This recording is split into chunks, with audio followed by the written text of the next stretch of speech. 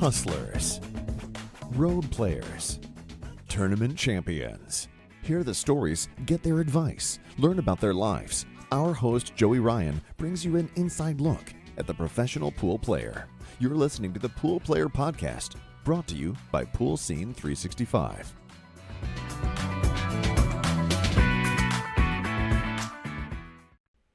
Hey guys, thanks for joining. I just wanted to take a second to thank Jake Lawson from Breakout Billiards Apparel for sponsoring this episode. If you go to shopbreakoutapparel.com, check out their assortment of competition shirts, t-shirts, polos, hats, all different types of billiards wear.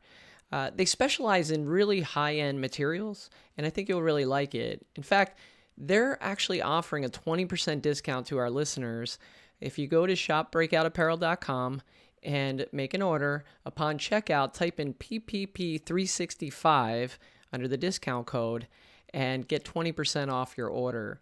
So whether you're looking for team shirts, competition shirts, whatever, go check it out and wear them to your next event. Thanks.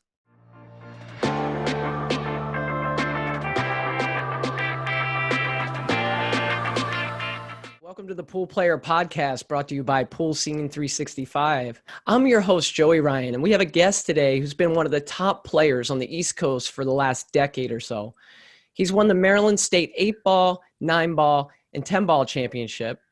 He's won the Pennsylvania and New Jersey state championships. He's a tour champion from the Mez, Predator, and Action Pool tours. He's played all around the world in places like Kuwait, Qatar, and the Philippines. And he also represented the United States in the 2017 World Games in Poland. I'd like to welcome Shaun Wilkie to the show. Shaun, how are you, bud? How you doing, Joey? I'm excited to be here, and just gives me chills you reiterating that I've been around the world. You know, it's a blessing in disguise that pool has really taken me places that I would never originally be. So I'm glad to be here, Joey, and looking forward to this podcast. Awesome. Well, take us back to the beginning. How did you first get started in pool? And, the first time you touched a cue, take us through that. Originally, a lot of people don't know my full backstory from when I started playing pool. My granddad obviously got me into playing. He was an APA 7. He was a good player in his recognition. But I'm probably going to get a little sensitive with this subject, but a lot of people that don't know me, I'm sorry. Sorry. I survived cancer when I was a kid, and I had a stomach tumor, and my granddad was always there for me, and he got me into playing pool because he knew when I got out of the hospital, I needed something to take my mind off of what I and my family went through. And I appreciate him for doing it, because pool has really taken me a lot of places because of that. And so when I got back home from the hospital, which was at Johns Hopkins Hospital, my granddad was retired from the Army in the service, and we would go to like the rec center. It's in Aberdeen, Maryland. And I would just play pool with him 3-4 hours a day and just enjoy the game because I was a kid, so I didn't know pool was going to take me anywhere or be a pro. I was desired and aspirations to look up to my idols, people like Earl Strickland, Johnny Archer, those kind of players. And so I just want to give recognition to my granddad, Shaun Wilkie Sr., for getting me into the game and keeping my life alive. Wow, I appreciate you sharing that, Shaun. That's a great story. I think, we've known each other for about 15 years, and I think that I shared with you that I'm also a cancer survivor. Yes. Not when I was a child, but when I was in my mid-20s. And, it's funny because I think from your story, pool helped kind of get you through that, right, and heal you after that. And for me, Right. It helped get me through during. So when I was struggling, I'd go to chemo, I'd go to radiation, I'd come to my dad's basement and I just hit balls for hours, and it helped me mentally process the challenges that I was going through health-wise. Right. So I really appreciate you sharing that. Yeah, of course, man. And I'm glad that we're both here. We're true blessings in this world. And I just wish that people out there that haven't went through something just appreciate others and don't judge right away, and just know that we all have backstories, so showing that we care through a game, which is supposed to be a gentleman's game, is something that I really cherish. So I thank you for that, Joey. Sure. So when did you make a decision to start, becoming a little more competitive? Um, I would say in my teenage years, because I would say, like I said, my granddad pushed me and taught me the basics and certain things that he could get me to a certain level. And then I would say I played in a lot of junior tournaments growing up, and I was getting better, And the good thing for my generation as a junior and like open tournaments, we never had handicaps. So like I had to play against the best players in the area. Kids like me, Matt Kroll, Josh Brothers, we all grew up together, and we had to play against guys that are my age now, 30, 40 years old. And we never got weight, so we had to learn through the process. And for me, as a teenager, my granddad would say, "Hey, buy this VHS tape." Back then we didn't have CDs, we had VHS tapes, and study your favorite players, learn their tricks, go to the pool table, practice. And if you get better, you get better, but at least have a drive. And that's what it was. So I would say as a teenager. Yeah. I like that you said we had to play people without weight, right? I grew up in Maryland, similar to you, but more in central Maryland. And there was a Yep. good player in central Maryland, good bar box player named Turtle. I don't know if you know Turtle. Yeah, there was a lot of stories about him. Yeah. Well, one time somebody comes in the pool room looking to play him and says, "Hey, I want a spot." And he's like, "Spot." When I hear that name, I turn around and look for a dog. Like, Yeah, I'm that's not good. giving up any spot, Yeah. So yeah. When was Well, that? Yeah, go go ahead. ahead. No, after you. Well, like you said, things have just changed, and I'm okay with handicaps, I get it, because there's some people that don't want to take it to a full pro level. Yeah. That's understandable. They want to enjoy their time with their teams. But when your mindset's set on something else, you actually need that competition in order to keep pushing you. Yeah, I agree. When was that moment that you felt like you arrived? Like I could beat anyone? Um, Is there a particular tournament, event, or time, or was it just a period of time where you started beating better players? I would say it gradually, that's a good way you put it. It gradually came because, like I said, I was grinding through, learning the process, maybe in my early 20s. I wouldn't say it was real young, because me as a junior, I never really broke through. I didn't win no junior championships. I got like fifth a few times at the Super Billiards Expo when I was like, I don't know the exact age, but let's say like 14 to 16.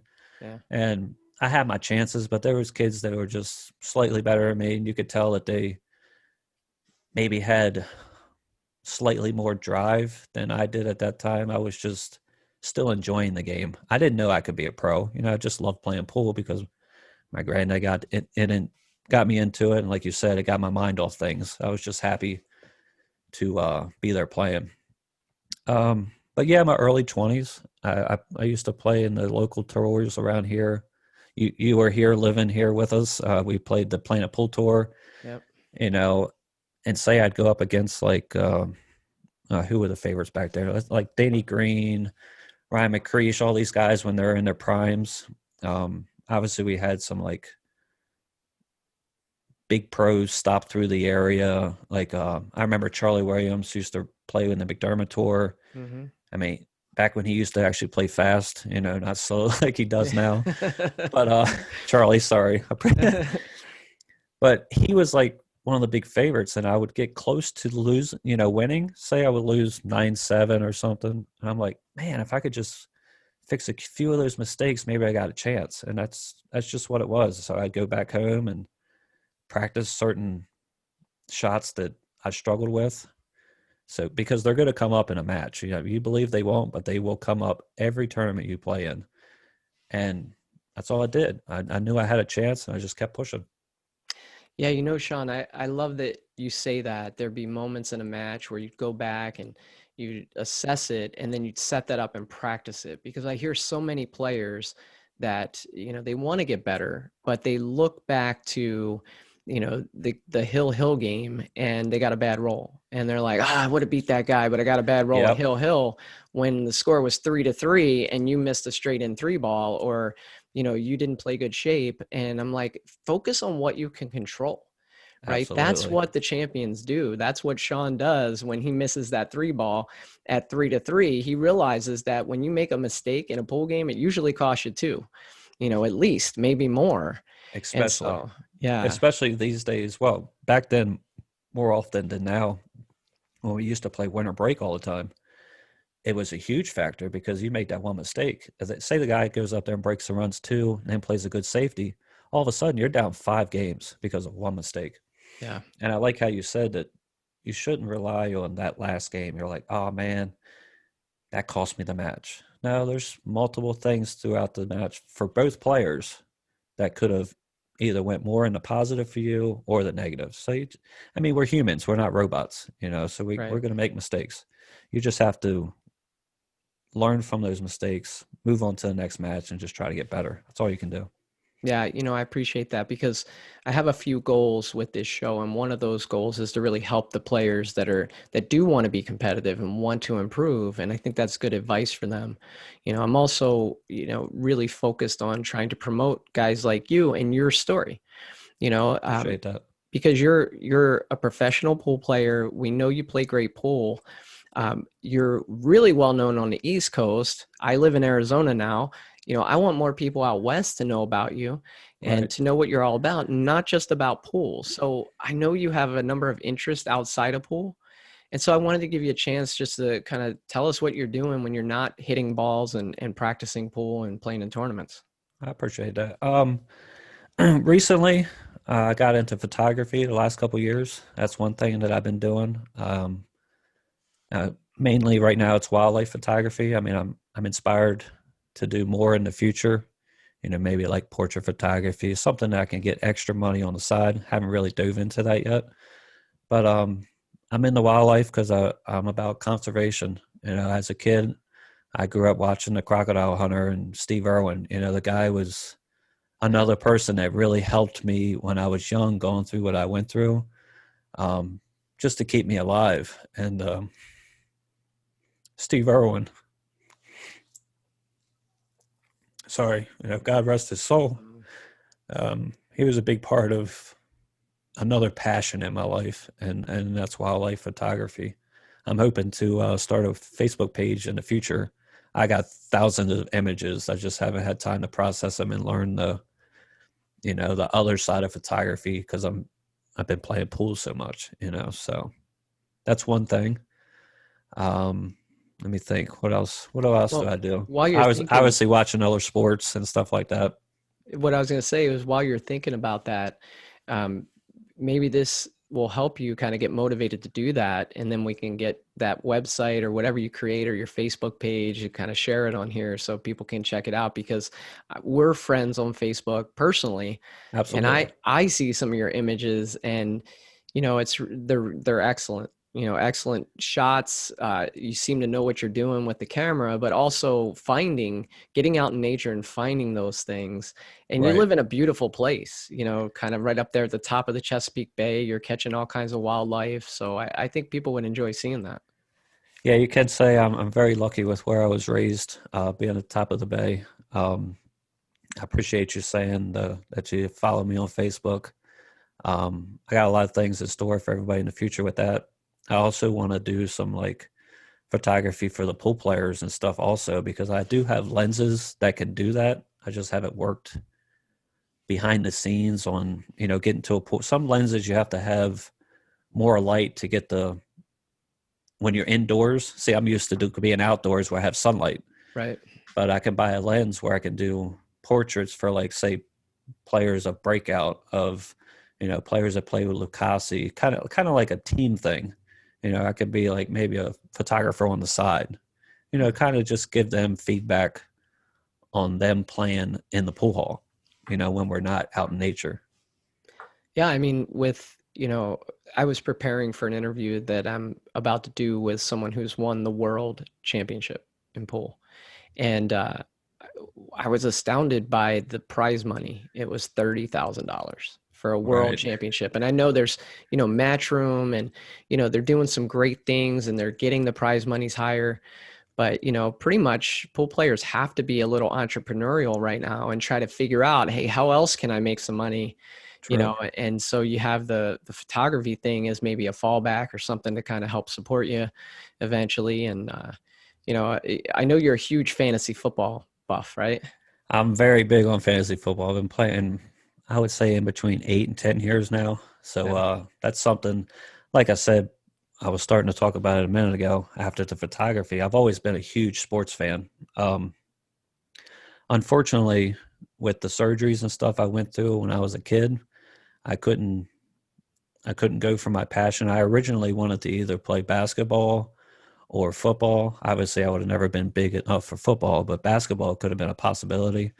But I went through some things, and my granddad thought it was the proper thing to put me on the path of billiards, which I'm so happy and blessed that he did, because I may not have been able to play pro sports at a high level in anything else besides billiards because of what I went through. That's something that's a different backstory. I won't go into that. But fantasy football is my life. I mean, when it comes to football season, because I'm competitive in that just like I am in pool, so I'm going into the stats. I'm learning players. Like if you ask me a team and they're tight end, I'm going to know the guy's name, and not just his number, Yeah. It's something I've been doing for years, and me and Jake Lawson now play in a couple of leagues together. So it's more of a community and friendly thing, kind of like being in a pool hall. You want to be there, have fun with your friends and bullshit, Yeah. and you got a chance to win a little bit of money. It's nothing big. We pay $100 entry fees, but it's exciting, and it keeps me happy and passionate about fantasy football. Yeah.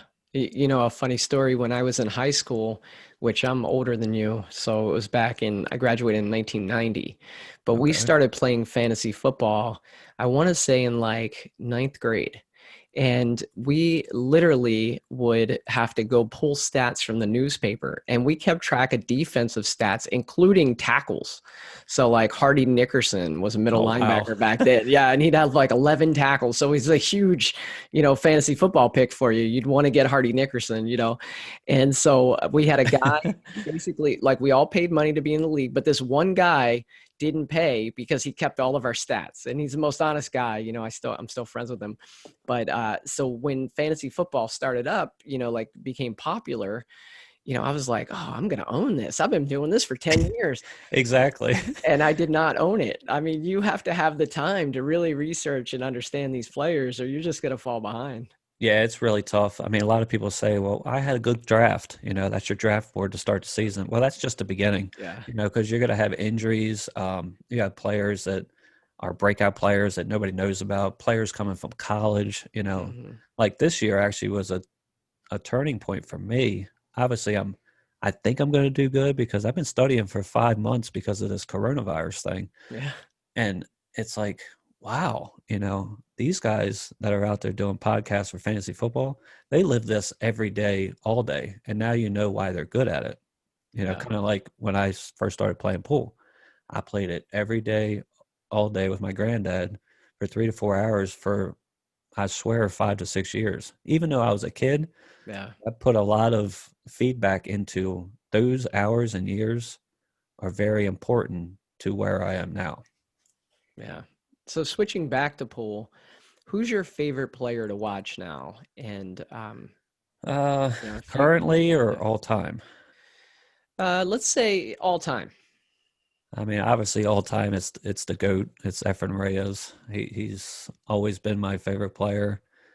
I give a lot of credit to him of just watching him on video and learning how to spin the cue ball properly. As a kid, it took me years to learn, but as I learned the art of the cue ball, which I think that's the art of the game in general, controlling the cue ball is just not easy for everybody, especially from the amateur level all the way up to pros, because we're always going to have issues with this table being faster than the other table. But if you can control your cue ball, you're not going to get out of line as often. So you can recover faster than some players that might be a better shot maker. So I would say Efren Reyes obviously is my favorite player of all time. Yeah, it's funny because as I was preparing to start this podcast, my wife was pretty excited about it. And so we're watching a bunch of videos and, there's tons of Efren material out there.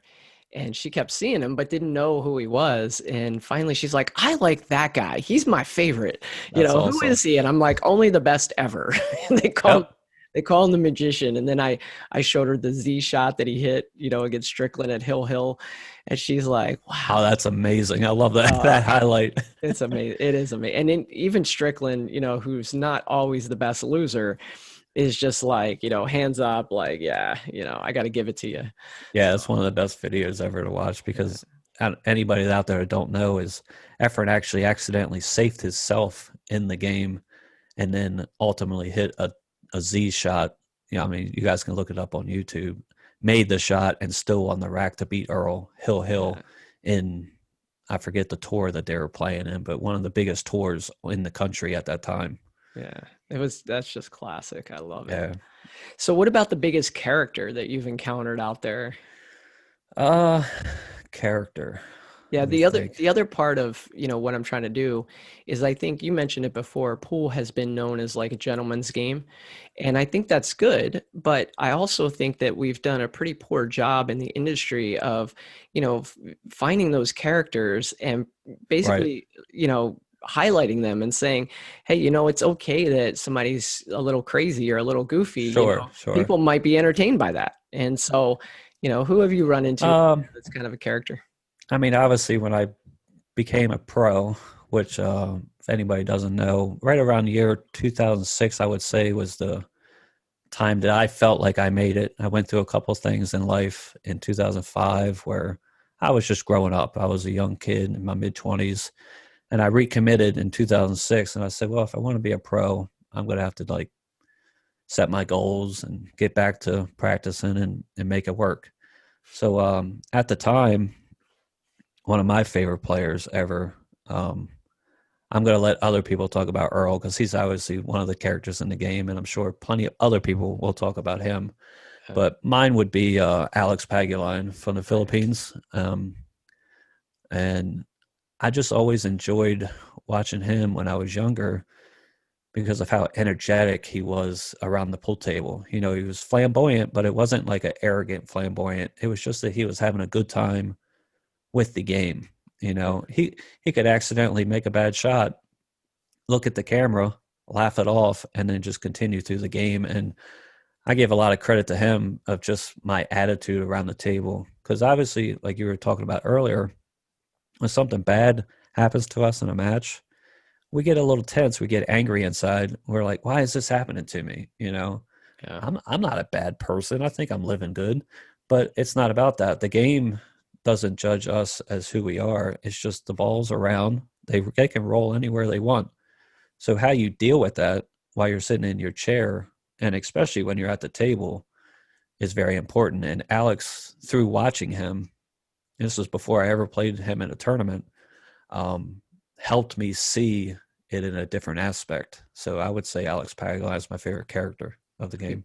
Yeah, I love that because my first experience with Alex was at the Super Billiards Expo and, in the pit tables where everybody's gambling and, just seeing Alex run around and always looking like he was having fun. Right. Right. Yeah. And then I remember seeing him at a big tournament and a friend of mine was just standing there and then Alex comes up and starts talking to him and they're talking for 15 minutes.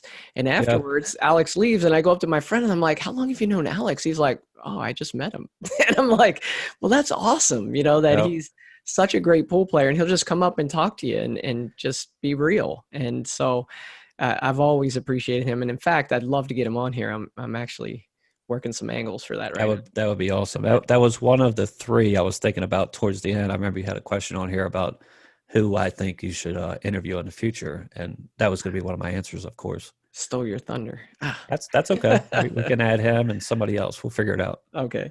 Tell me who your top rivals have been. I always say my arch nemesis. I have a few of them. Unfortunately, my arch nemesis, which is somebody you can't beat, even though if it's close or not, is Earl Strickland. I don't know why, but I mean, obviously, I do know why. He's one of the greatest to ever play the game. Yeah.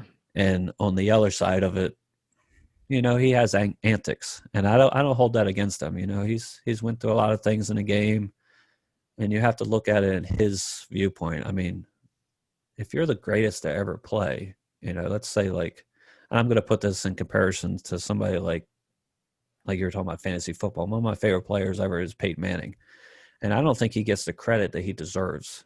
And I think that's the way Earl thinks sometimes, and he just takes it out on people. Yeah. So that's why I don't hold it against him. But as I was saying, I've lost to him.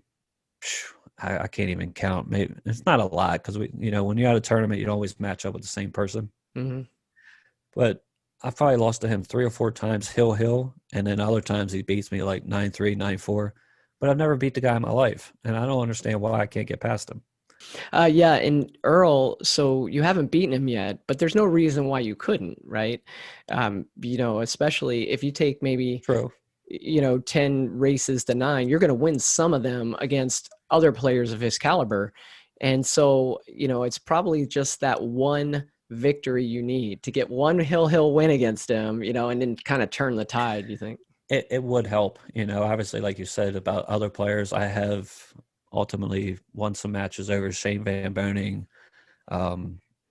Obviously, he's still in the lead. He's one of the greatest ever. He's beat me more than I've beat him.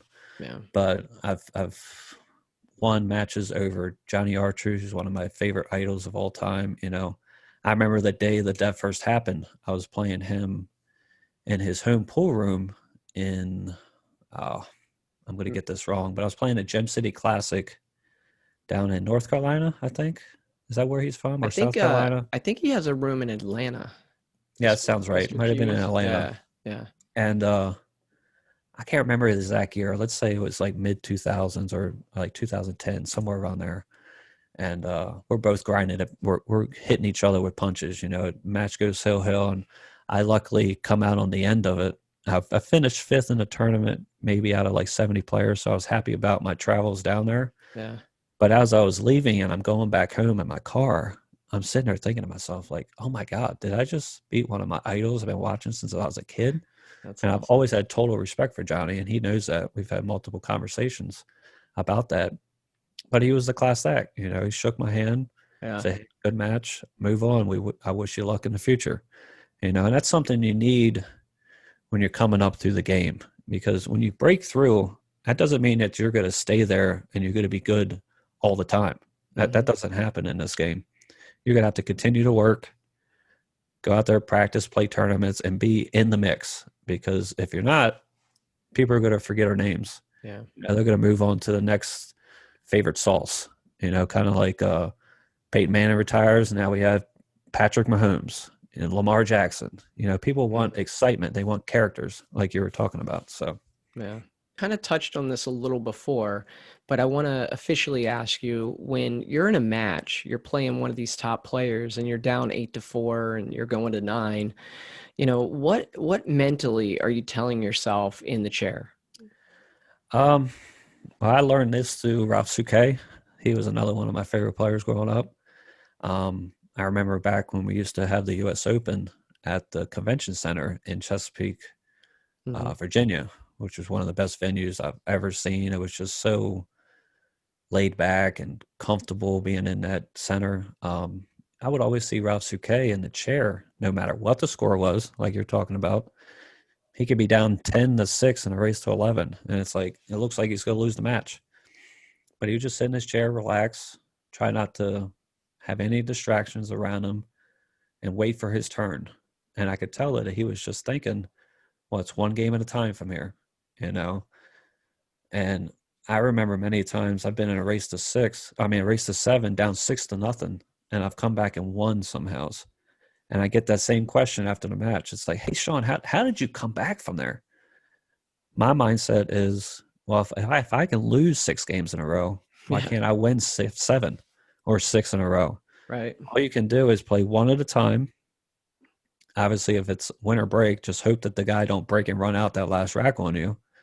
and just keep adding the pressure back to your opponent, because as you do that, the balance goes from you being stressful about being down, you're getting builded up, and that guy's going, oh my God, am I going to get this last game, or am I going to lose this match? So you just got to go one at a time and just keep pressing. You're right. It kind of flips the pressure around, right? If somebody's beating you 8-0 in a race to 9 and you get it to 8-6, well, now all of a sudden, they're a little shaky with their backhand, So I love that. I believe all the pressure moves to them when it gets closer, because you've been down the whole match. There's no pressure on you in that moment. You're just ticking away and praying that you come back. Hey, if you get the hill and you lose, you're happy about it. At least you fought hard and you gave it your all. Yeah. So I really want young players to start following this show and, kind of use some of the advice that you guys give them to help really as they're building the foundation for their pool career. And so if you could give a young player maybe one single piece of advice, I know this is tough, but one single piece of advice, what would you tell them? Well, I don't want to reiterate about the, practicing and stuff when you're at a young age. That's a given. If you love the sport, just keep playing. Another thing I would say is, I'm probably going to say this a lot. It's just not giving up, no matter what's going on in your life. And it's kind of easy for me and you, Joey, because of things we've went through. We're going to go through it at different stages in life. And now just, know that you got a heart inside your chest, and if you have a goal, just keep pressing towards it, because it's going to surface. It's going to happen, just in your mind, in your heart, and just press towards it. That's what I would say. Shaun, you've come close to qualifying for a couple of the Mosconi Cups, and you weren't selected. Are you disappointed that you haven't been selected? And what ideas might you have for the future for how the team is determined each year? Obviously I'm disappointed. I would say that there was 2 years back when we were playing points, which I think ultimately is the fairest way to play when it comes to trying to earn your spot on a USA national team, which obviously this is the Mosconi Cup. I had my chance. I remember, I'm thinking it was maybe like 3 years ago or 4 years ago. We came down to the last event. I was ranked 5th in the rankings at that time. So I had been going to about 70, 80% of the points events. Let's say 80%. Maybe I missed 1 or 2 out west because I haven't, like you said, I haven't been out there that much in California and stuff. I just didn't have the funds to get out there. It just wasn't something that set my plans. And I remember that year at the US Open, I ended up my first match. I had to play against Kopin Chung, Kopin Yi's little brother. And obviously we see what he is now. And at that time, we knew of him. Like I knew of him too, because I watch YouTube and I know all the international players. I knew it was going to be tough. And I was on my game, but he played great. He won 2 or 3 more safety battles than I did. I lost 11-7 ultimately, first round. So that's tough at the US Open. I needed to, I believe, cash maybe top 16. So to start out with a first round loss, it didn't help. I ended up winning a match or 2, and then I played Earl Strickland on the TV table. And obviously we just talked about that. Yeah. The guy's my nemesis, and it didn't work out for me at the US Open. And so that year was a big disappointment because the Mosconi Cup is one of my last goals I have as a professional billiards player. I've succeeded, I believe, for the most part, and I got my invites, like you were saying, to the World Games in 2017. It was one of the greatest experiences of my life. I got to go there with Jake Lawson and Brandon Schuff to represent our country, and it's just something that's unexplainable. I mean, to get to go to Poland just because you shoot with a pull stick and you hit balls on a pull table. I mean, what else can you ask for? Like, to be honest, I kind of put that above everything else because I represented the world. But I'm going to do my best. If we can get the Mosconi Cup points back to USA, and in my opinion, and a lot of people believe this, I know, that are out there, to do it properly instead of have it just being picked, which I get that. I mean, I know why they're doing it. We're trying to put our best team out there. This is no disrespect to any player that's on a team. They all deserve it. But I do believe I've put in my time, and if we can get the points back, I would have loved to have the opportunity to earn my spot on the team. Yeah, I think so. It sounds like you're in favor of a point system with events leading up to it. And I think that, while I agree with you, the last couple years has been wonderful to watch, and there's some great, great young talent that the United States has put out there. Right. The drama of like how you felt at that US Open, like, man, I need to finish top 16 and I'm in, that could lead to a lot of really good things in this game, right? If there's one event towards the end of the year and it's like, oh, at this event, Bergman can make it or Wilkie can make it. And, this player can make it. And it's like, I wonder who's going to do better. It kind of would help bolster the enthusiasm for that event and for the whole process leading up to the Mosconi Cup. I mean, once it's on TV or streaming, like I said, as I was working with my wife, kind of showing her more about pool, we started watching YouTube videos of all these matches. And then she sees one from the Mosconi Cup and she's like, whoa, that's it. We need something like that. That's amazing. Yeah. And I'm like, that's the Mosconi Cup, and it's just the energy and excitement from that is big. And honestly, I think it needs to be modeled in more places.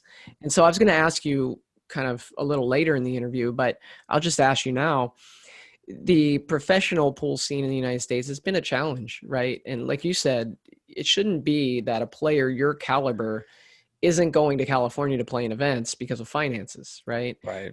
But it just is, right? It's not just you, it's everybody. The West Coast players are staying on the West Coast. And so do you have any ideas for maybe how to take the professional game, kind of bring it back to the United States and maybe try to establish some type of tour or something? Obviously that's what we're missing. What you said, the last thing is a tour. We don't have a men's pro tour. Yeah. And I don't remember anything substantial growing up, minus before I started playing back in the 90s when they used to have the Camel Tour. Mm-hmm. I don't remember anything that's held form that people have tried. Obviously we had the IPT, which was a crash because the guy was a scam artist. Mm-hmm. We didn't know that was going to happen, but at least he was trying. And we really need, in my personal opinion, a big organization behind us, and obviously we need a players union, like in football, we have to have rules. We have to play by standards, which we already have that. We have the BCA Congress of America rules have been there for years. Just play by them. We have the WPA. They do the best they can in the industry compared to everybody else. I give them tons of credit. And like you said, we have Matchroom. They're great. They're live streaming, their production, the excitement, the fans. That's the best we have right now. But for as a pro player, as you're talking about, we have to have a league. And I'm always going to go back to this. Other sports, they all have leagues. Just like amateur players. They have more than we do. And that's a good thing because there's more players. I was there one time. Yeah. I loved playing amateur pool leagues. That's what it was about, going and winning yourself a trip to Vegas and having a good time with your friends. But for as pro players, we're just in a slump and we're going to be there for a while, unfortunately, I think, until we get, let's say, like a company or an industry like, I don't know, like Nike, Reebok, Adidas, because we do play pool and we have to walk around the pool table all the time. You're on your feet, yeah. So why can't these industries, which obviously we'd have to find somebody that at the top. It's kind of like you just got to get lucky. This person and they love the game. Kind of like, the Turning Stone Classic is a long-running tournament, and one of my good friends, Mike Zuglin, I've always appreciated what he does for the game. Yeah. Even though it's still low end, like you're talking about, we got $25,000 added, but at least it's something instead of nothing. But I remember him telling me a story that one of the guys from the Seminole tribe liked pool, and that's how it got started. So he said, hey, if you guys can get your pool players up here to the casino, we'll give you guys rooms for a discounted rate. come play our tournament for 4 or 5 days, have a chance to win money, and then move on. Basically, to me, that's the only continued pool tournament that you really can look at. I mean, there's other ones like the Derby City Classic, US Open, who they change venues, but Turning Stone has been in the same venue for, I think, 20 years now, 15 to 20 years, because they have 2 a year. If we can get something like that also at multiple casinos throughout, I mean, there's casinos everywhere. Yeah, there is People now. are constantly making money. We could have a tournament at a different casino every month. Yeah. And that would be considered a pro tour. And if somehow we can make that work, you can even have it where you can have separate divisions like football. You can have a tournament, a pro tour on the East Coast. You know how you got like the New York Giants, Washington Redskins, Dallas Cowboys, Philadelphia Eagles. Yeah. We can have our divisions on the East Coast. The West Coast can have theirs during the regular season. And then we can all come in towards the end and have like a playoff. I mean, something like that I think could be orchestrated too. It just takes everybody together to do it. That's the difference. I love it. And if we can get a players union together, get all these details down in paper, move on, and they're just all out there and get to play pool. And it also, like I said, it would help the future of the Mosconi Cup, because whoever deserves it for that year needs to play. And like I said, I'm not attacking nobody. And hey, if I play terrible and don't deserve it, I don't want to be on the team. Right. But at least have us all have a fair chance. That's what we're looking for.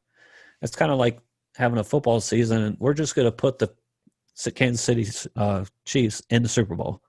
They don't have to play 16 games. We're just going to put them in there. No, they have to go out there, perform against other professional athletes, show that they're proven that they can win, and then get to the playoffs. That's how it works. Yeah.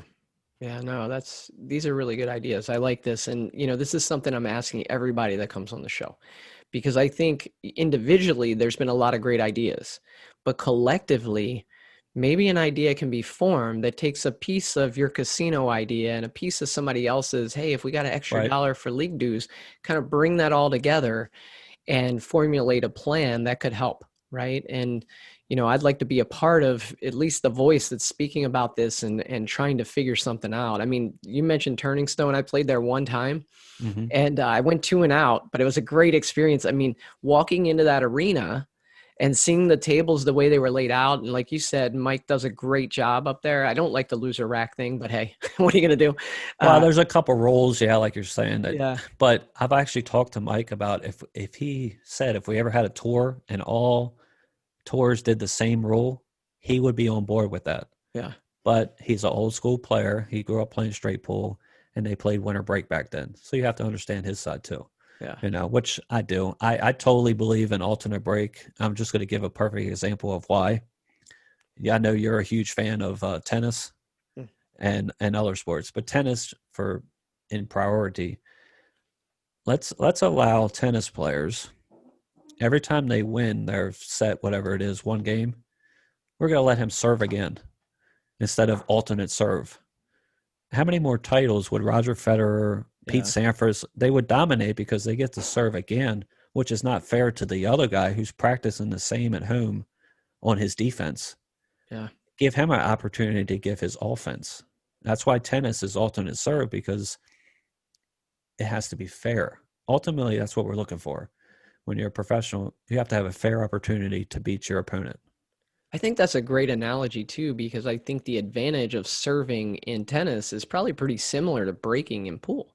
Absolutely. If I had to play you one game for $1,000, not that I'd ever do that, but if I did, I know that if you're breaking, you're probably going to break and run out. If I'm breaking, I at least have a chance to break and run out. Right. So you probably wouldn't even play that game against me, even though you're supposed to beat me every day of the week, if I'm breaking. Right. For one game, it's so, yeah. Absolutely. I have another couple of ideas. I'm not going to bring them up on this stream, but if we ever get to a point where we can do them kind of things, alternate breaks, the only fair way to play. I mean, if you look back to the top industries and productions that are doing it, Matchroom is one of them, and they play alternate break. Yeah.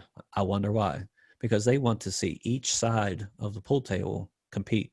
Yeah. You don't want to see us, USA, go up there and break and run 5. Hey, yeah, I get it. It's exciting. That's a lot of people's arguments. So like, oh, I want to see this guy break and run 5 on that opponent. Well, they don't think about the opponent in the chair. Yeah. He's been practicing for months, but he never gets an opportunity. That's not fair at all. Yeah. So instead of, it would be like in a boxing ring, you got Muhammad Ali and Frazier, giving punches back and forth. People want to watch that more often than Muhammad Ali just knocking him out the first round. Yeah. Yeah. So I think we just have to weigh our options and opportunities for the future to get the rules proper. A players union and obviously a league would help. I get it. It's hard because we don't have, in other sports, you're going to have more professionals because there's teams. Right now, we only have professional individuals, really. I mean, we have teams, if you count, like, say this team's like Team Lucasi. We have sponsors. Yeah. We could count that as a team. Yeah. And we could play team championships. But we can't go on to the teams until we get a league, like you were saying, first. Yeah. In my opinion, I think it's easy, especially with all the people at the top in the industry, they can do it. They just haven't put their foot down and committed. And maybe the teams need to be teams from outside of pool, right? So, if you look at Lucasi, if you look at Predator, all the different companies that are out there, yep. They're dealing with kind of a smaller, consumer base, right? People who are into pool, people who play pool. Sure. But what about Team Toyota against Team Coca-Cola? Absolutely. And then it changes things, right? Things can really change. So, but yeah, great idea, Shaun. I really appreciate that. Do you have any interesting, so I don't see you out there like, doing anything wild and crazy. I think the last time I even remember seeing you match up was at Super Billiards Expo years ago. You were playing Adam Smith. I don't know if you remember that. I do remember that match. Yep. Yeah. And I'm sitting there watching, and, one thing I was just amazed by is that he played a safe. You were dead in jail. You probably don't remember this shot, but I mean, you were in such jail. I'm like, there's no way he's getting out of this. And you made a 3-rail soft kick to make a good hit where you basically had to cheat the angle. Yep. And you did it like under pressure. It was like a pressure situation in the match. It wasn't like, 0-0. And I remember, man, like, wow, he really came with one there. But I'm really curious about the different stories that people have from things they've seen out on the road or at tournaments, just the craziest stuff. Do you have any stories of anything that you've experienced out there? Doesn't have to be from you. Maybe it could be second. Sure. Obviously, when it comes to the gambling aspect of pool, yes, I've done it, and it was mainly back in my early 20s. I've done a few challenge matches the last couple of years with like Shane Van Boning, James Aranis, and Earl Strickland up in Syracuse, which I like that kind of stuff. I prefer it to be a challenge instead of a gambling, and that's based on my upbringing. My granddad always raised me for the game to be a gentleman's game, but he goes, look, this is part of the game also. And we know it through, the movies, The Hustler, The Color of Money. This is the side of pool that's always going to be there, gambling, hustling, whatever it might be. So for me, for instance, I've never believed in hustling. I think it's stealing. It's like going to a bank and knowing that the camera's in this corner and you just go over to that corner and say, oh, I'm going to take the money and leave. Now, if you're gambling, that's different because you're playing a guy that you're close together in skill level. Mm-hmm. Anybody can win. I'm talking about the other side, hustling, where people go to, like, say, a town. They know they're a pro, but they go play a guy who's an amateur. They dress up as a carpenter. Yeah. So I'm not going to go long into that story. Yeah. That's their life. So be it. It is what it is. People do that sometimes. Yeah. But for me, when I was early 20s, like I was saying, I had a pool room in Aberdeen, Maryland, ran by Rick Scarlato, family that I grew up with as a kid, and Rick Scarlato Jr., obviously, who's running the Maryland States now. We all grew up together, and his dad owned this pool hall. So obviously, when we would have road players come through, they would call me up and say, hey, man, we can't beat this guy. Can you come play him? And I would, I wouldn't do it every time, but I'd be like, all right, I'm in my early 20s, and I'm excited. I'm like, all right, let's go try to win some extra money, go so I can go to the movies or put gas in my car. And I did well, as a young kid because I knew the pool room, of course, the tables. I played there all the time. I won't put names out there, but we played multiple road players and we fared well throughout. And Oh, share a name. Come on. um, By the way, I call that the 2-hour rule because, I travel a lot for work. And so pretty much if I go to a pool room, I can usually beat most of just regular players in there, right? But if they get on the phone and make a phone call, right? And within 2 hours, somebody shows up, I know I'm in trouble because it's at least an hour and a half radius of all the best players. sure. And then I'm probably, even at best, and probably a dog in that. But yeah, just throw out a couple names, some of the people. I mean, I played, I'm sure people know Tommy DeAlfonso from up the north area. Great Boston. player. Great player. Kid was playing on the road all the time back then, and he came through. And of course, Ricky and Big Rick call me, and they're like, "Hey, man, just come play this kid." And I would say I knew him. I'm like, "Hey, man, I'll come play, but it's not easy. Yeah. This is a legit gambling match." He's like, "We don't care. Just come out here, play, have a good time." Long story short, we played a headset to 7. He didn't quite get there. He was on the hill like 3 or 4 times. Wow. I fight all the way back to get it back to even. And then we play a 1 race to 11 for like double the money that we were betting. I ultimately got there because at 7-7, I ended up breaking running out the set. I won 11-7. And I don't know if it was just my energy because we played for so long. I mean, we probably played for, if I had to guess, 5 to 6 hours. Yeah. But I just caught that one gear. I started breaking really good. And obviously I'm exhausted because I've been playing for so long. And I'm like, man, I got to finish this kid off. I don't know how he didn't beat me earlier. Yeah. And, I mean, it was a great challenge. I'm just glad we got through it, to be honest. I thought he had me multiple times, and he knows that. I've talked to Tommy about it. That's the best. We had like... It's the best when you have one of those where you're supposed to lose. You feel like you're supposed to lose 4 times, and you come back from the brink of death, and you come back to win it. That's awesome. Well, I truly give that credit to my heart. I didn't want to give up. And obviously I knew I was playing for other people and their money. I'm not going to just dump it out. I'm going to sit there and play my heart out. Hey, if the kid beats me, shake his hand and you move on. Are you going to play harder with other people's money or with yours? I would say for me, it's probably pretty close to the same. Same. I mean, I would say I would be more nervous, and I have been, on other people's money because you kind of don't want to let them down. Yeah.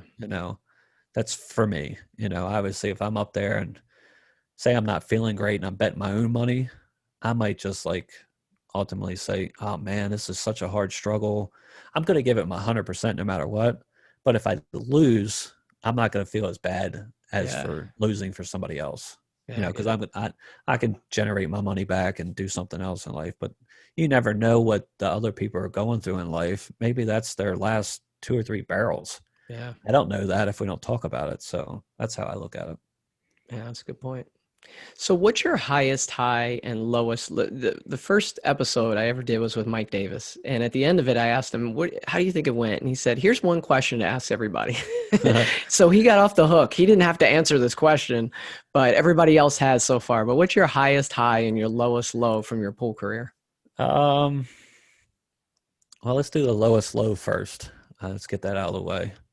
As I mentioned earlier, back in 2005, which would have made me 24 years old. Yeah, 24. I was born in 81. So 2005 was basically, I like to call my hiatus year in the billiards industry and just my journey upwards to trying to becoming a pro. Mm-hmm. I was 24, living life, going to clubs, drinking, what people do sometimes at that time. Mm-hmm. Luckily for me, I didn't have that kind of stuff in high school because I played pool. I didn't go to parties. I didn't hang out with certain groups.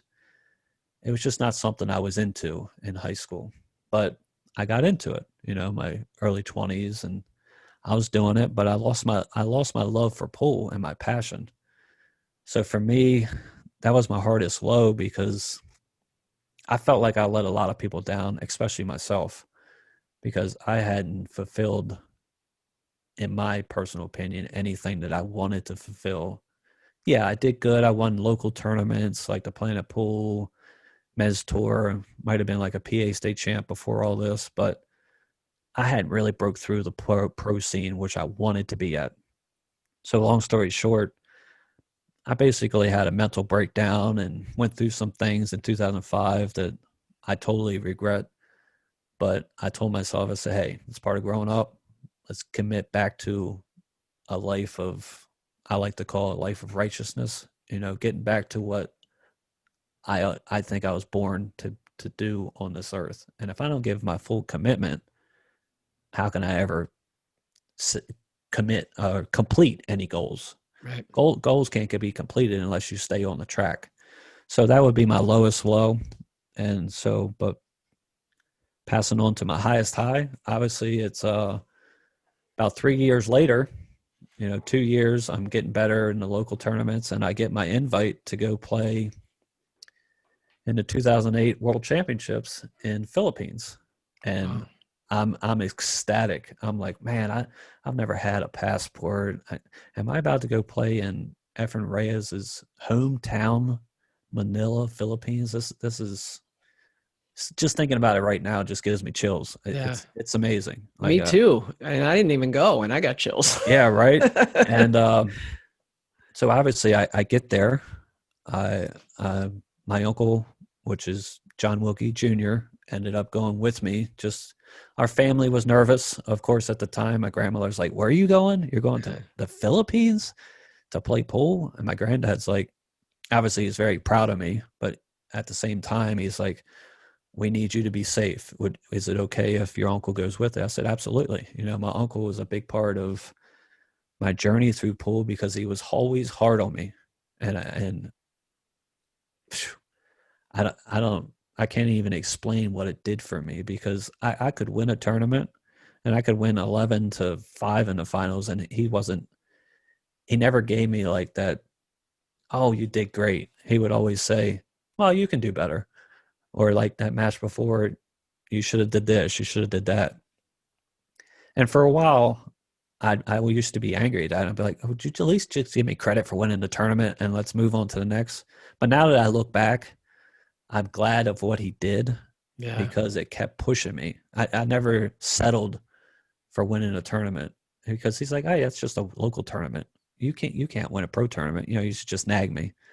I'm like, well, I'm going to try. I'm going to keep going. So anyways, when we got there and I'm with him, somebody's been pushing me my whole life, and I'm thinking about my granddad, my grandmother back home. I'm like, hey, we did it. We're in the Philippines because of me. That's how I looked at it. I've never been arrogant or anything like that, but if it wasn't for my pool career, we would never be there, probably. Right. And obviously, I ended up having a pretty good tournament. I finished 17th in the world at 2008, so I was 27 years old. I'm like, wow, this is it. This is what it's about.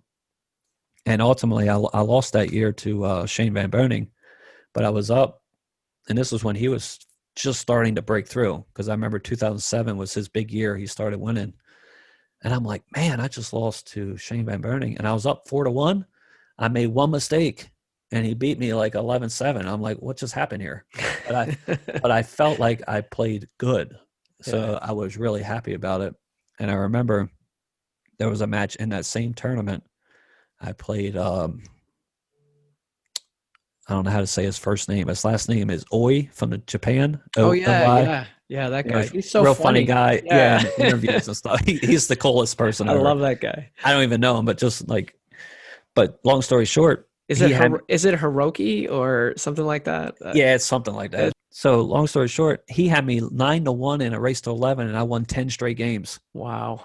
To stay in the tournament to play Shane like 2 rounds later. So I bet you he didn't give a funny interview after that one. No, he did not. He was probably sick. That probably woke him up to be the person he is back then. Yeah. But that's an awesome I remember match. having why it was the biggest high of my life. I had my uncle in the stands while I was playing that match against Oi, and obviously he knows I'm beat down. I'm going to get destroyed. I think I was already in the final 2064 when we played, but and that's where we went to the single elimination stage. Yeah. And I'm just pushing. I'm, like we were talking about earlier, don't give up, play one game at a time. And luckily, back then it was winter break. And at that point, it helped me, but it also hurt me because he did the same thing to me early in the match, and I did the same thing back to him. So I would run like, say, 3 or 4, play a safety, win the battle, tick away a couple more.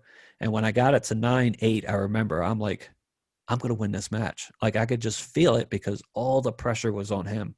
Oh, that's awesome. And I remember looking up in the stands at my uncle, and he just looked in shock because, and I know this as a fan, when you watch a match and it's going completely momentum to the other person, you're like, oh, this match is over. It's kind of like watching football and the team's up 21-0 at halftime. You're like, oh, this game's over. But they come out more focused than the other team in the second half, and they come back and they win the game. Mm-hmm. And I ultimately think that those kind of wins are more important than beating somebody 7-0. Yeah. Because it just really shows your true character, your heart. And for me, that was my highest high. And obviously I have went back to the Philippines once since then. And like you said earlier, I've been to other countries like China, Kuwait, and just representing my country at the highest stage for me is the ultimate high of my life. Yeah. That's a great story. I mean, and you're right. That's a character builder, right? Yeah. Anybody can play well for a period of time. You can get out there and everything's going your way and you beat a good player, but when you're down to a world-class player that far, and you just gut it out, sheer desire and will, and get back to the table and just like, I love that you said, I'd just get out there, I'd make 3 or 4 balls, I'd play safe. It wasn't like you broke and ran 8 or 9. You just got out there and said, I'm going to do the best I can each time at the table. Yep. And you worked your way back into the match. And you painted the picture. I could almost see it. And I could almost see him slumping in his chair a little and see you like perked up, like I'm not losing from here. Yep. I just remember in the back of my mind, I wanted to make it as hard as I could on him to win the last 2 games. Because I remember growing up with my granddad. This was before I was a very offensive player as a kid, which I think most of us are. We like the offensive side of, drawing the cue ball back, making it look fancy instead of taking the proper way and just following 2 rails, which I learned that from watching our friend. I said, oh, I need to go the easy way. Yeah. Just do what the table's telling me to do. But back when I was a kid, I'd make all these mental errors. That's what they are. They're not physical or anything to do with what you learn through your like your stance and your mechanics. They're mental errors. That's all they are, because you're trying to do something more than as actually possible maybe on the pool table at that time. Yeah. So my granddad used to tell me, and this was back when I was a teenager, 15, 16, I'd be playing in my local tournaments against all the best players. Put some names out there, guys that I looked up to, Bob Madoff, Dave Daya, Joe Cataldi, all these guys up in like the Lancaster area, Pat McNally. These guys were the best players in our area, and I was just a kid. And yes, I made a lot of great shots and outs, but I also gave away a lot of games because I tried to cut the ball 90 degrees down the rail instead of just play a 2-rail simple safe. Yeah.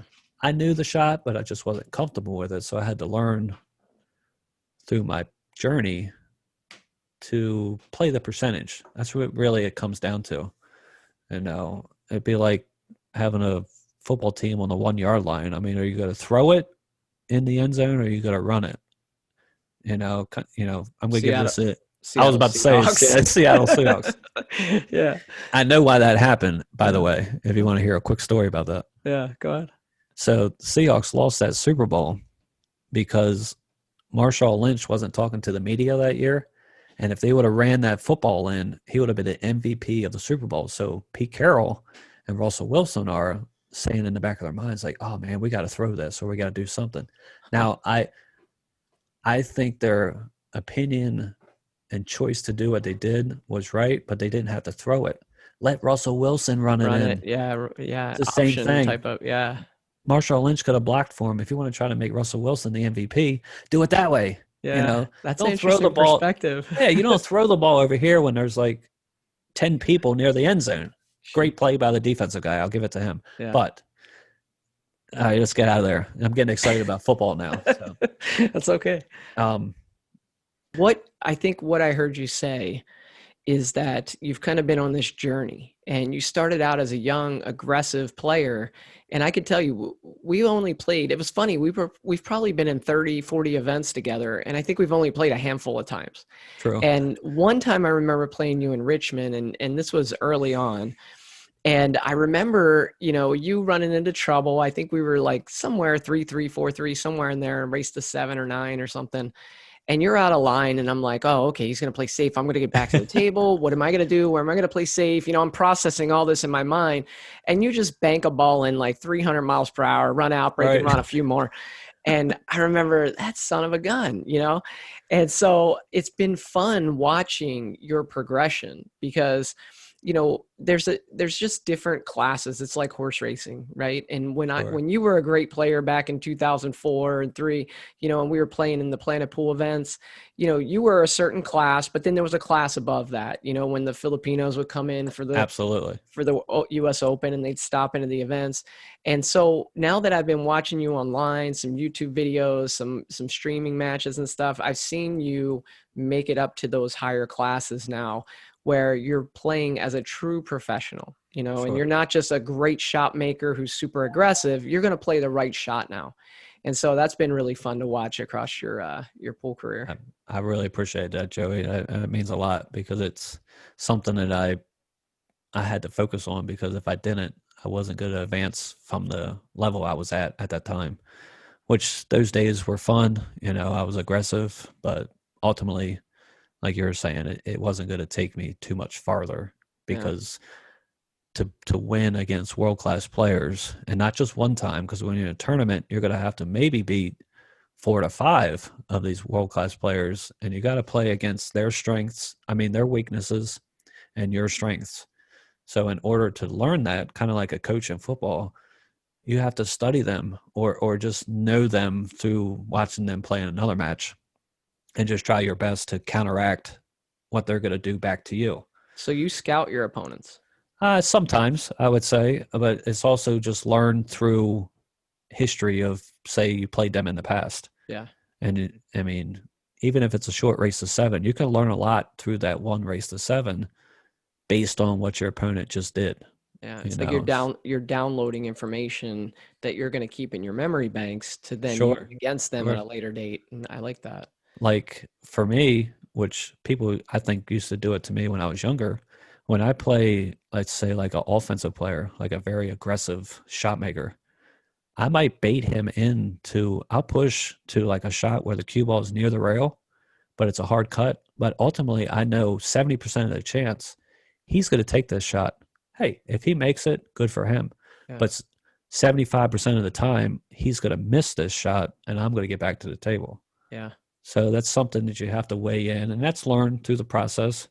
But I just think that's something that if you have the passion to enjoy the challenge of the game, that's why I continue to play, to be honest. Yeah. Like for me right now in our area, we're playing a lot of like bar table pool, and it sucks, just in my opinion. Not that it's not challengeable, and it's still a hard game on a bar table, but I grew up playing on a 9-footer. And the challenge of a 9-footer is easily 3 times as much as it is on a bar table, because when you do get out of line with your cue ball on a big table, you have to weigh the option of, am I going to take this hard shot on, or am I going to play safe? Now, bar table, you could just maybe cut it in, go up and down table, and still have a shot. So it's something that I'm trying to fight with right now, actually. I still enjoy and love the game, but because of, like you were saying earlier about the Pro Tour's not there, the Mosconi Cup, unfortunately, is not points and it's more politics, it is what it is. I have found another passion, like you're saying, about with sports and photography. Not that I quit pool at all. I still love pool. It's in my heart, and I play when we have tournaments in our area. But I truly believe that we need more big table tournaments. And I know it's hard because some pool rooms can't make it. I get it. You know, if you don't have a bar and you don't have great food, I understand it. And especially with this pandemic. But if we could find a way to maybe, I know I'm going out on a limb here off of our question. I'm sorry. Oh, sorry. But if we could somehow find like boys and girls clubs or schools and things like this where we can just get kids more interested in the game and the challenge behind it instead of it just being all about fun. Yeah. Maybe set a goal and say, hey, do you think you can be a 7 in APA one day? You know, say they're starting and say, well, how about just setting that goal and then moving on to the next? Maybe they'll appreciate more what like professional players do at our level, because it is disheartening to see big football players making $30 million a year, and we got to fight tooth and nail to make $5,000 for a tournament. You know, it's tough, but I also understand the other side of all these other sports are more exciting. So maybe we need to find a way to get some excitement into the game. Yeah, you know? the whole model needs to change, right? And especially coming off the pandemic, how are you going to go to a pool room and say, hey, we need $2,500 for this event we want you to host? It's like, Sure.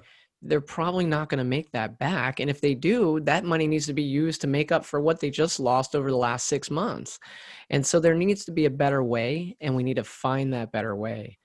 Right. And I like your idea about the grassroots effort. I've heard a lot of players talk about, you know, really developing the junior scene here. And, you know, we see that in other countries. We see players like Filler, you know, popping up. Yep.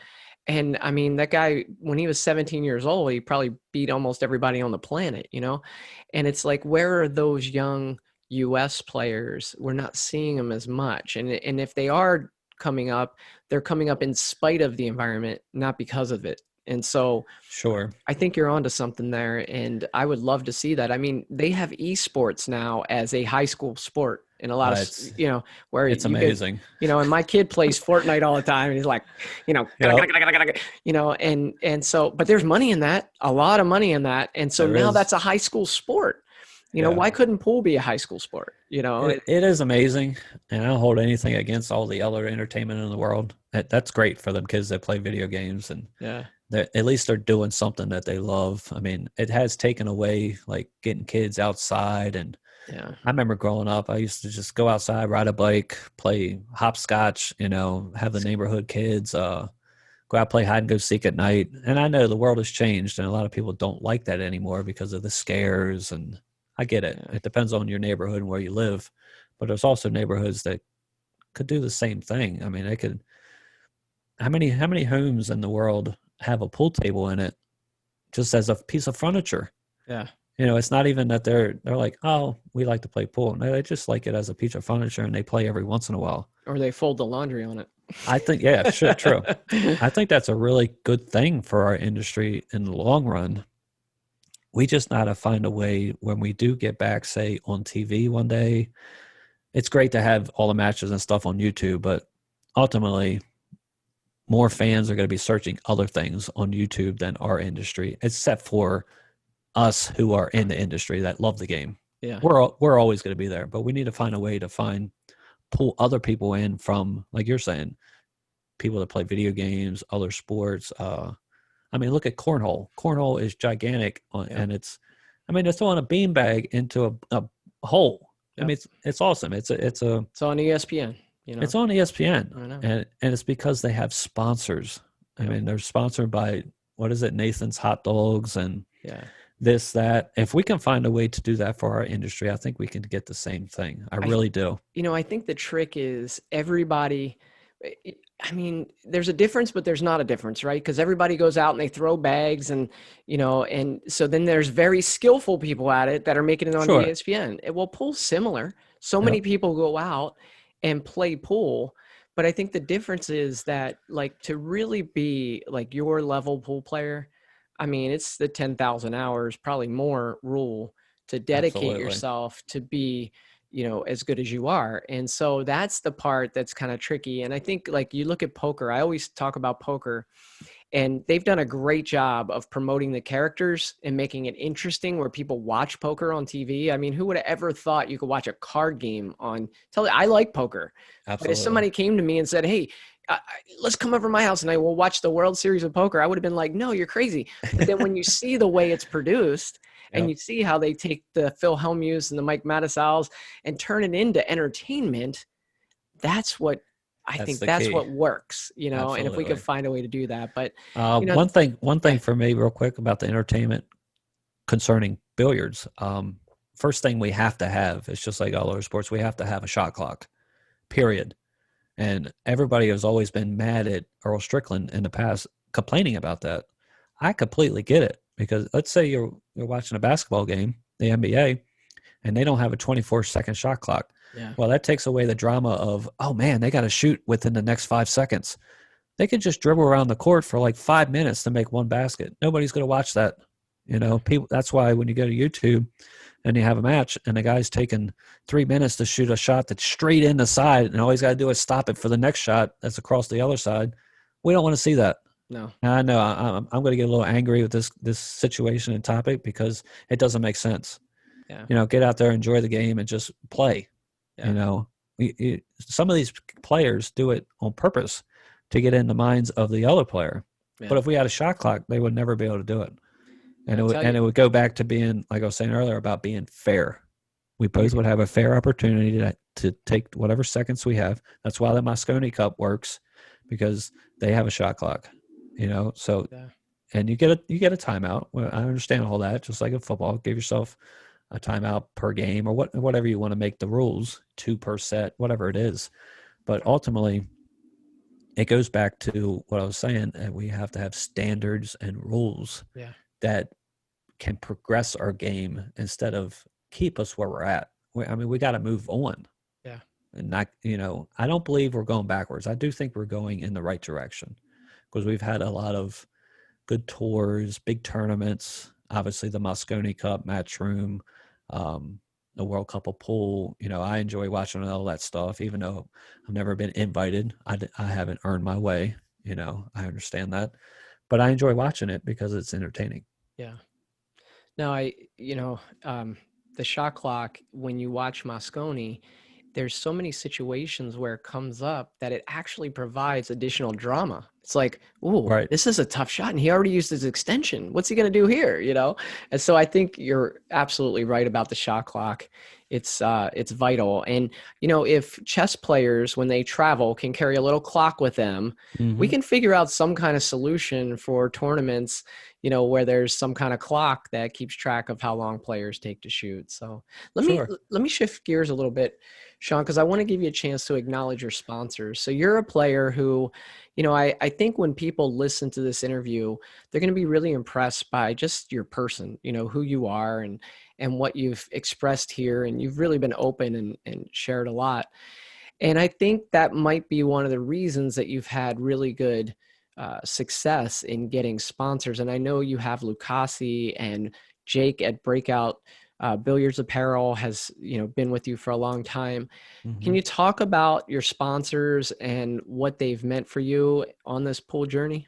Sure. Absolutely. I appreciate that. My first sponsor obviously was Lucasi Hybrid and the cues I shoot with. That was back in, let me think real fast, 2008, 2009, one of those years. And ultimately, if a lot of people look to how old I was at that time, I was 27. It's not like these days where we got the juniors getting sponsored by Predators, and which is a great thing. Kids need that stuff. For me, ultimately, I was a little shy on that aspect at first, because I didn't want to reach out and say, hey, give me this cue, give me this, give me that. And I hadn't really, I felt, made anything in the pro level really exciting. I placed high, I got cash back, and I was doing well. I was surviving. But I didn't think I had earned anything while standing at the time. So one of my friends, family friends, we were up at the Super Billiards Expo in 2008 was the year I got second to Shane Van Boning at the Expo, which was one of my big highlights of my career because I had been playing at that tournament since I was a kid in the junior events. So that same year, my family friend Carl, he's actually a cousin of mine, he goes, Shaun, what do you think about playing with Lucasi cues? He's like, I just talked to them. He went over there to the booth, and I was like, I was still in the same mantra. Like I had been playing with Timmy Scruggs cues for, but the cue I was currently shooting with was a custom cue that I had designed back in 2001. Yeah. So I've been playing with that cue for 7 years. So my theory behind it was, well, I'm comfortable with this cue I'm playing with. I'm a little nervous to go place with something else because, as I was saying, you have to know what control the cue ball. So every piece of wood is going to be different.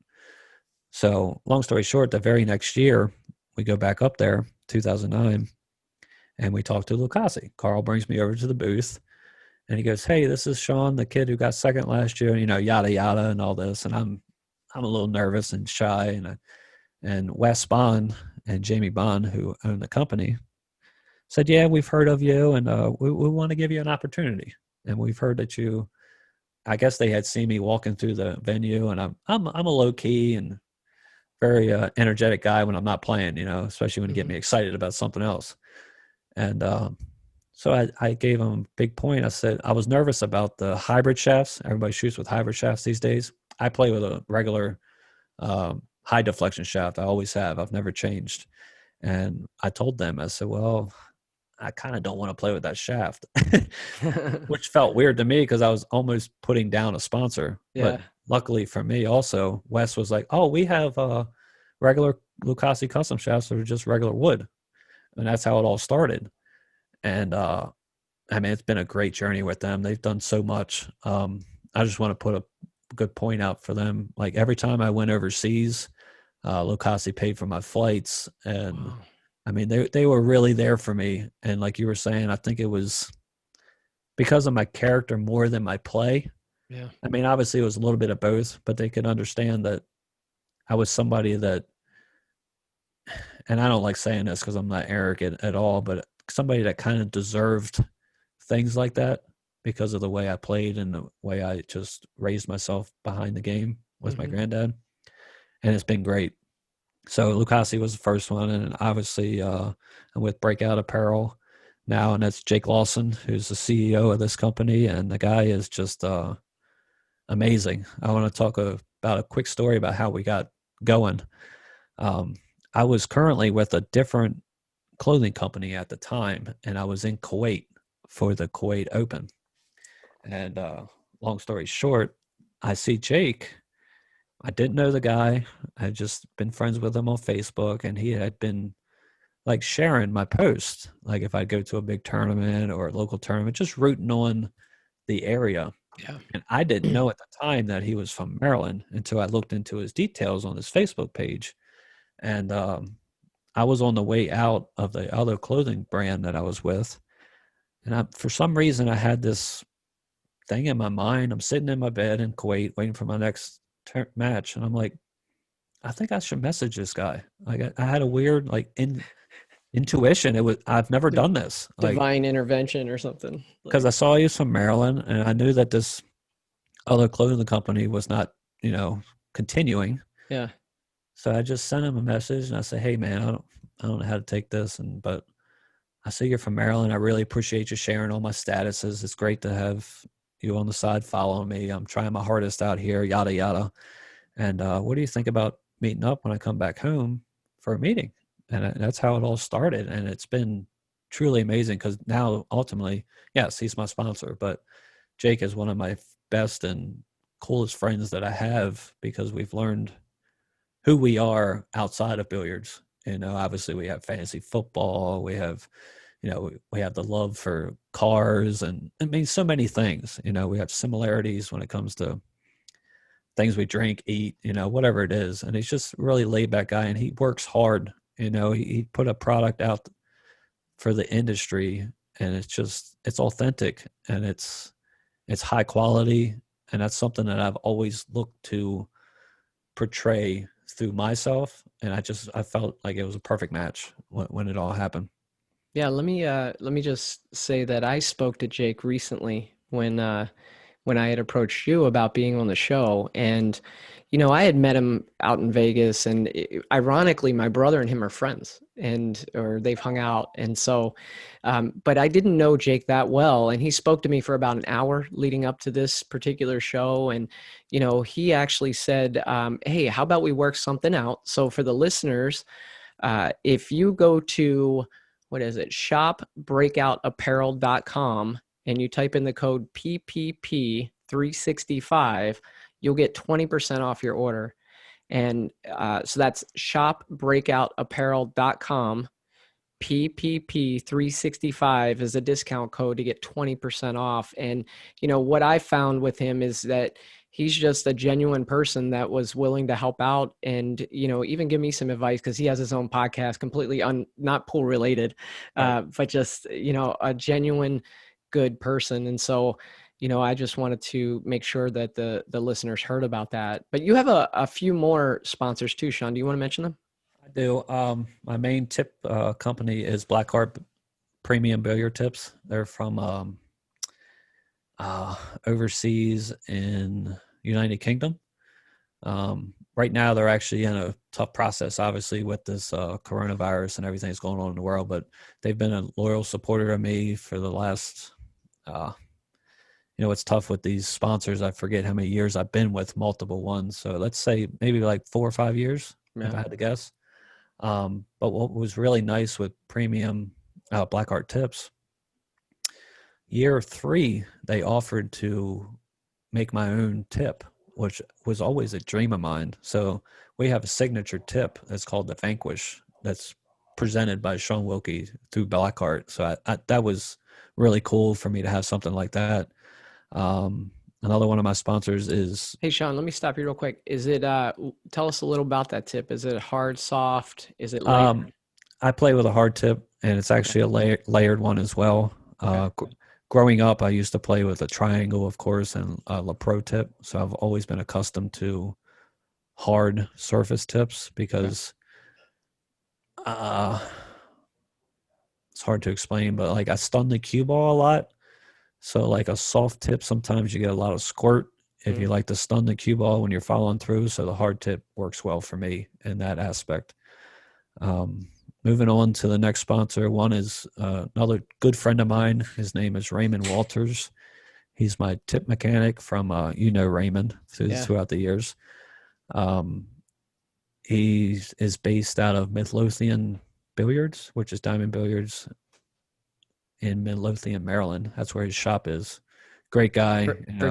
Virginia or Maryland? Virginia, yeah. Virginia, yeah. Oh, I'm sorry, I said Maryland. It's okay. Yeah, it's Midlothian, Virginia. It's funny, out here the states are big, so if you drive 5 hours, you're still in the same state. But back there, people don't realize, if you're not from the East Coast, you drive 5 hours, you're going to 5 different states, and sometimes it's easy to confuse them. But yeah, right. Midlothian, Virginia, Diamond Billiards, got it. Yeah, he's always been a good supporter of mine, and originally, I didn't even know he was a tip mechanic. I thought he was just did work for people, like friendly stuff. And he told me, he said, well, if you ever need some help with your tips. So that's been great. And just like with Jake, Raymond's one of my great friends. I appreciate both of them. So, and what else did I forget? Oh, I have Taom gloves. I just recently got with them last year. That's been a nice connection because I've always enjoyed playing with a glove. Mm-hmm. I remember being a kid, maybe when I was like 20, I never used to play with a glove, but then I got back to playing with it at a tournament because it was really humid. And I came back and won the tournament. And ever since that tournament, I said, I got to play with a glove the rest of my career. It just makes sense because it's consistent. So like, you don't have to worry about humidity, adding chalk or powder to your hand. It's just something that's accustomed to me. It's not for everybody, but it's something I like. And the last one, I think I forgot, Brews and Q's on the Boulevard, which is down in Glen Burnie, Maryland. Tony Manning and their family have been really nice to me the last couple of years. And obviously it's a pool room that's close to my area. It's only about 45 minutes from my house. And it's just great to have wonderful connection of sponsors and just be there to support them through the integrity of the game. I think, all is a combination together. Yeah. The Brews and Q's, I come back to the area. I still have family there, and I've been meaning to stop in when I came back. But, the last few times I've been back, I haven't had a chance, but I've heard nothing but good things about the place. And so I'm really looking forward to pop in maybe during this holiday season, and maybe you and I can play some. Yeah, absolutely. They run a lot of tournaments and they got weekly stuff going on. So that would be nice. Yeah. This is kind of a bonus question. Let me just, I'm going to ask this on behalf of the players that are really trying to make that leap and get better. Okay. Take us through what you would recommend from a training and preparation standpoint from a player that's a good player who's like, okay, I want to be a Shaun Wilkie. I want to really dedicate myself to this craft and get better. What is that going to look like? What would you recommend, their regimen look like? So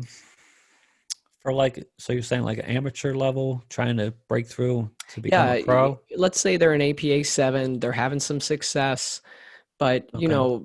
between an APA 7 and a professional player, there's quite a bit of, Right. room. And so they want to get up to where maybe one day they get invited to a world championship. Okay.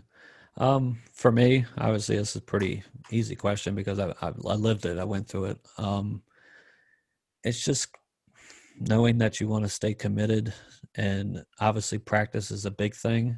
And if you're at the, like you're saying, amateur level where you're APA 7 and you want to play pro events, unfortunately, most of your tournaments are going to be on bar tables for your league. You're going to have to find either a big table to put it in your house or a friend local by a pool room, put some practice time in on it. I would say a big game, which a lot of people don't play anymore, is straight pool. For me, when I was younger, I may not do it enough now, but when I was younger, I played a lot of straight pool. And it just, for a solo practice game, there's nothing better because you're constantly running balls and you're playing different patterns, you're breaking balls out, different speeds. And the ultimate thing is you always have a goal. Like whatever your high run is, that's your goal for the rest of your life to try to beat that. Yeah. So if you can commit to some kind of level in that when you're by yourself, straight pool would be awesome to do. And then obviously find some friends that have the same kind of goals as you, aspire, challenge each other. Go over to their house, meet them at a pool room, play cheap shots for $5-10, just commit to a plan. It's really what it is. And just, you got to have a good support system too, have people that build you up, to appreciate the steps that you have taken. It's okay to have those naysayers too. Like I was saying with my uncle, but I only let them get to a certain point and say, hey, look, I need a little support. Help me through this process, because we all can't do it alone. Yeah. So Shaun, you've been very gracious. This has been a pretty long interview, but I think there's so much good content in here that could help people. So I'm going to end it with one final question, and that is, who would you like to see me interview on this show? You already mentioned Alex Right. Pagulayan. Who else? How about let's go with Mike Zuglin, because I really appreciate what he did for keeping his tournament running for so long. So I would say somebody like him would be good. Yeah, I'd love to talk to him. Yeah, especially with the connection to the casinos, which was the idea you had earlier, the connection to the tribes. Right. It sounds like he would be a great person to talk to, especially with like the direction of the industry and sure. And he was a very good player at one time in his career too. I have heard stories, which I didn't get to play with him a lot. I was young. Yeah. He has run multiple 150 and outs in tournaments and straight pool. So, I mean, obviously he knows that side of the game from being a player, being a promoter, and possibly maybe has some ideas for what can help our future. Yeah. Well, hey, Shaun, I really appreciate your time. Do me a favor. Thank Jake Lawson for me. Once again, the website is shopbreakoutapparel.com. The code is PPP365 for folks to get a 20% discount on their order. And so Please, guys, check it out. Shaun, this has been a great interview. You've been so open and honest about everything. And, we've been friends for a while, but I feel like I've gotten to know you even better through this. And I really do appreciate it. Absolutely, Joey. I knew it was going to be a little tough for me to start the interview. Obviously, you all see that. But the way my upbringing and billiards became introduced into my life was obviously different than a lot of people that it's going to be. I just want people to know and realize that we're also humans too. We're not just pool players, and that's what this is about. And I appreciate you, Joey, reaching out to me and getting the message out there. And I wish you the best, man. I hope this goes on and carries, and maybe I can come back on the show someday. Yeah. Hey, I don't know where this is going, but I'm going to keep going forward because I'm having fun with it. And I think people need to hear your stories. So Thank you, man. I appreciate it. awesome. Thanks, Shaun.